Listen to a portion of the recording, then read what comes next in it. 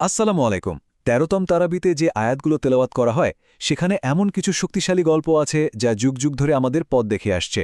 চলুন আজ আমরা সূরা আল কাফ, সূরা মারিয়াম আর সূরা তুহা থেকে নেয়া সেই অসাধারণ গল্পগুলোর গভীরে ডুব দেই।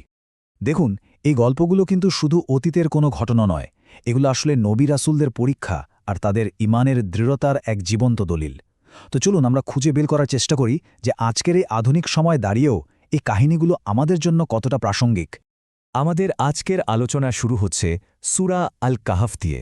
এখানে দুটো ভীষণ শক্তিশালী গল্প আছে।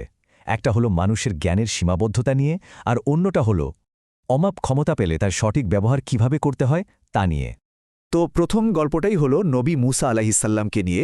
তিনি বেরিয়ে পড়েছিলেন এক জ্ঞানী ব্যক্তির খোঁজে, যার কাছে ছিল এমন জ্ঞান যা সাধারণ মানুষের ধারণার বাইরে। কিন্তু এই সফরে গিয়ে মুসা আলাইহিসসাল্লামকে এক অদ্ভুত পরীক্ষার মধ্যে পড়তে হলো। পরীক্ষাটা কি ছিল? পরীক্ষাটা ছিল ধৈর্যের, মানে চোখের সামনে যা ঘটছে তার পেছনের আসল কারণটা না জেনে স্থির থাকা। এই সফরে ওই জ্ঞানী ব্যক্তি এমন ৩টা কাজ করলেন যা মুসা আলাইসাল্লামের কাছে একদমই বোধগম্য ছিল না, বরং অন্যায় মনে হচ্ছিল। ভাবুন, একটা গরিবের নৌকা ফুটো করে দিলেন, একজন কিশোরকে হত্যা করলেন, আবার এমন এক শহরে দেয়াল ঠিক করে দিলেন যেখানকার লোকেরা তাদের একটু আশ্রয় পর্যন্ত দেয়নি। এই ঘটনাগুলো যেন ন্যায় অন্যায় নিয়ে আমাদের সব ধারণাকেই প্রশ্নের মুখে ফেলে দেয়। কিন্তু ঠিক এর পরেই আসল রহস্যটা খোলাসা হয়। সেই জ্ঞানী ব্যক্তি ব্যাখ্যা করলেন যে প্রত্যেকটা কাজের পেছনে আসলে এক গভীর ঐশ্বরিক পরিকল্পনা ছিল। নৌকাটা ফুটো করা হয়েছিল কারণ সামনে এক অত্যাচারী রাজা ভালো নৌকা কেড়ে নিচ্ছিল। ছেলেটিকে হত্যা করা হয়েছিল কারণ সে বড় হয়ে তার ঈমানদার বাবা মায়ের জন্য অনেক কষ্টের কারণ হতো। আর সেই দেয়ালের নিচে সেখানে ছিল এতিম শিশুদের জন্য লুকানোর সম্পদ। চলুন এবার সূরা কাহাফের পরের গল্পটাতে যাই। এই গল্পের কেন্দ্রে আছেন জুলকারনাইন। তিনি ছিলেন খুবই ধার্মিক এবং প্রচণ্ড ক্ষমতাশালী একজন শাসক, যাকে আল্লাহ পৃথিবীর এক প্রান্ত থেকে আরেক প্রান্তে ভ্রমণের ক্ষমতা দিয়েছিলেন। জুলকারনাইন কিন্তু তার এই ক্ষমতা রাজ্য জয়ের জন্য ব্যবহার করেননি। তিনি এটা ব্যবহার করেছেন পৃথিবীতে শৃঙ্খলা আনতে আর দুর্বলদের রক্ষা করতে। আর এর সবচেয়ে বড় প্রমাণ হল বিশৃঙ্খলা সৃষ্টিকারী ইয়াজুজ মাজুজের হাত থেকে মানুষকে বাঁচাতে তিনি যে বিশাল এক প্রাচীর তৈরি করেছিলেন সেটি। আচ্ছা, এবার আমরা সূরা মারিয়ামের দিকে নজর দেব। এই সূরাটা আল্লাহর রহমতের নানা নিদর্শনে ভরপুর। এখানে আমরা এমন দুটো অলৌকিক জন্মের কথা শুনব যা মানুষের সব যুক্তি বা ধারণাকেই হার মানিয়ে দেয়। সূরাটার শুরুই হচ্ছে নবী জাকারিয়াল আলাইহিসসালামের গল্প দিয়ে। তিনি তখন বৃদ্ধ, তার স্ত্রীও সন্তান ধারণে অক্ষম। এই অবস্থায় তিনি একদম একা, গোপনে আল্লাহর কাছে একজন উত্তরাধিকারীর জন্য দোয়া করলেন, আর আল্লাহ তার সেই দোয়া কবুল করলেন। তাকে পুত্র ইয়াহিয়া আলাইহিসসালামের সুসংবাদ দিলেন। এরপরের কাহিনীটা আবর্তিত হয়েছে মারিয়াম আলাইহিসসালামকে ঘিরে।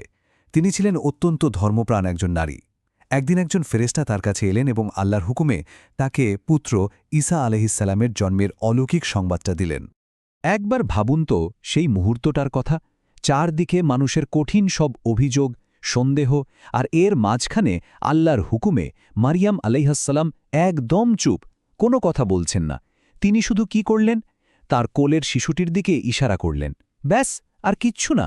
তার সম্প্রদায়ের লোকেরা তো অবাক। তারা অবিশ্বাসের সাথে জিজ্ঞেস করল যে এখনও কোলের শিশু, তার সাথে আমরা কথা বলব কিভাবে? আর ঠিক এই পরিস্থিতিটাই কিন্তু এক বিশাল মোজেজার মঞ্চ তৈরি করে দিল।